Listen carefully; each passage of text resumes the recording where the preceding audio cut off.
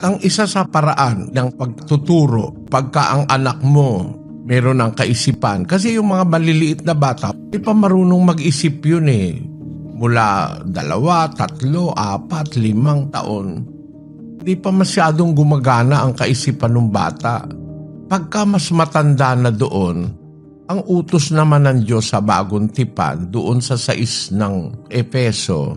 At kayong mga ama, huwag ninyong ipamungkahi sa galit ang inyong mga anak, kundi inyong turuan sila ayon sa saway at aral ng Panginoon. Yan ang nakasulat.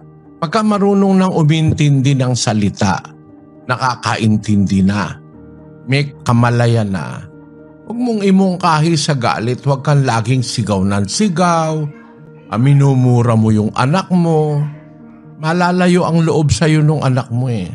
Dapat ang pagtrato sa bata may kasamang psychology of love. Hindi yung laging galit na galit. Merong ganun kasing magulang eh. Parang hinahamon yung anak. Subukan mo. Ganon, sasabihin sa anak.